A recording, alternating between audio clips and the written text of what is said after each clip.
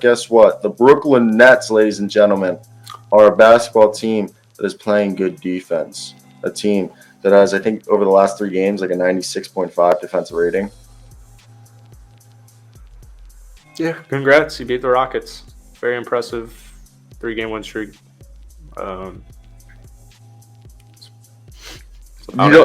That's it. You're Am I giving them. supposed to give them a bouquet of roses for beating the worst team in NBA for the last 3 seasons historically? Not really. I mean, they beat the Rockets, but what I'm saying is that this team's 2.5 games in front of the Miami Heat. They're sitting pretty at the 6th seed, and if they can stay at the pace that they're currently at, this is a team that easily could be the 6th seed. And you got Mikal Bridges, who's averaging like almost 30 points a night as a Brooklyn Nets. And Spencer Dinwiddie had a good game. Royce O'Neal's been solid. Joe Harris, Seth Curry found their shot. We got a little bit of a Nerlens Noel debut last night. Nerlens was a good pickup for him. Yeah, no, I thought Nerlens. What?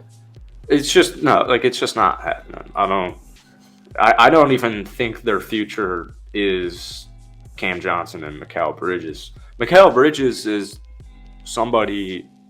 I think we talked about it a couple of days ago. He looks like a nice complimentary too. Like he's kind of turned into a Chris Middleton. So it is really cool to see that. I would like them to not give up on Cam Thomas because I think Cam Thomas will be a stud. And Claxton's great, but dude, my Bulls were beating them by like 45. We suck. What's this win streak? Last night against the Rockets, the Celtics, did Tatum and Brown. That's a good win regardless. But, the Celtics have really fallen off a cliff recently. They're on a 3-game losing streak right now. Nobody's healthy on that basketball team. And who's the other win? Was it Charlotte? There's just no way they hold on to 6. And yeah, if they do, it'll be interesting to see them in a 7-game series against who they play right now. They'd play Philly. I mean, they'd get their shit rocked, but young pieces. I completely understand if you're saying that like you don't have faith in them going to. I think they'll be a playoff team. I'm not going to sit here and be like, oh, they're going to be, like you said, if they end up playing Philadelphia, I think maybe they take 1 game, maybe 2 games, but I think that's a great way to end the season over not making the playoffs because again, like this team's not going to look the same. Okay, What I'm going to tell you is the players that are going to be on this roster next year are Mikal Bridges, Nick Claxton, Cam Thomas, and that's really about it that I could confidently say. The rest of the roster, I think,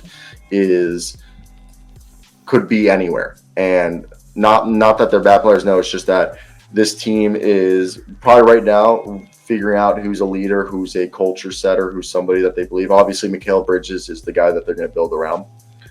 And multiple of these guys either have contracts that they can trade. So I think just making the playoff, regardless of if they're a first-round exit, is a good setting stone. They figure out who's going to be a culture setter, who's going to be the guys that they want to keep in the locker room, and which guys do they want to maybe utilize in a trade to make a move, and also decide, do they want to do a retooling and continue to be a playoff team, or do they want to get a little bit younger and try to do maybe a Utah Jazz-esque rebuild real quick? Yeah.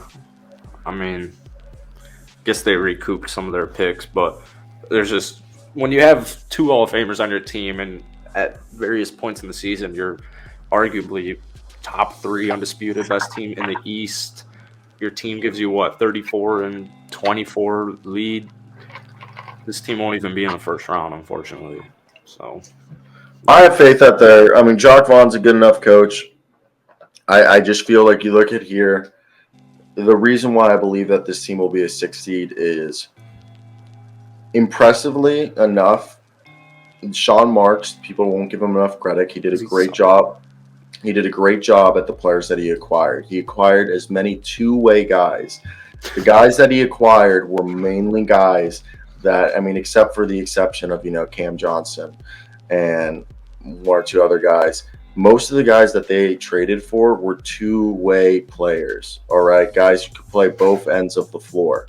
And obviously, each guy is better at one side than the other, but everyone they traded for is able to shoot the three ball. Everyone here is able to be a plus defender on a good night. And this team's calling card and what they'll build around is the fact that they're going to be a defensive team.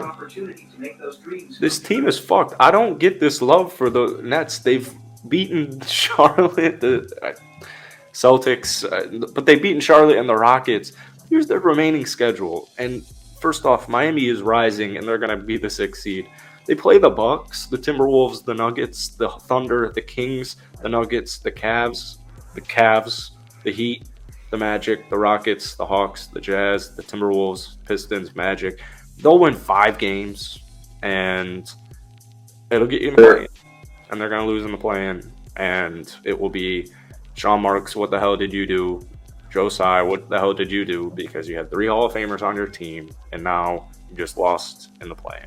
So, fire. You know what I think the big thing is? I'm not a Joe Tsai fan because obviously the whole concentration camp thing, but I think Sean Marks is a good GM. I think where they went wrong was Steve Nash. They hired the wrong coach, and Steve Nash didn't build a culture, and then everything but fired, and then even though Jacques Vaughn came in and he fixed it, it was too little, too late.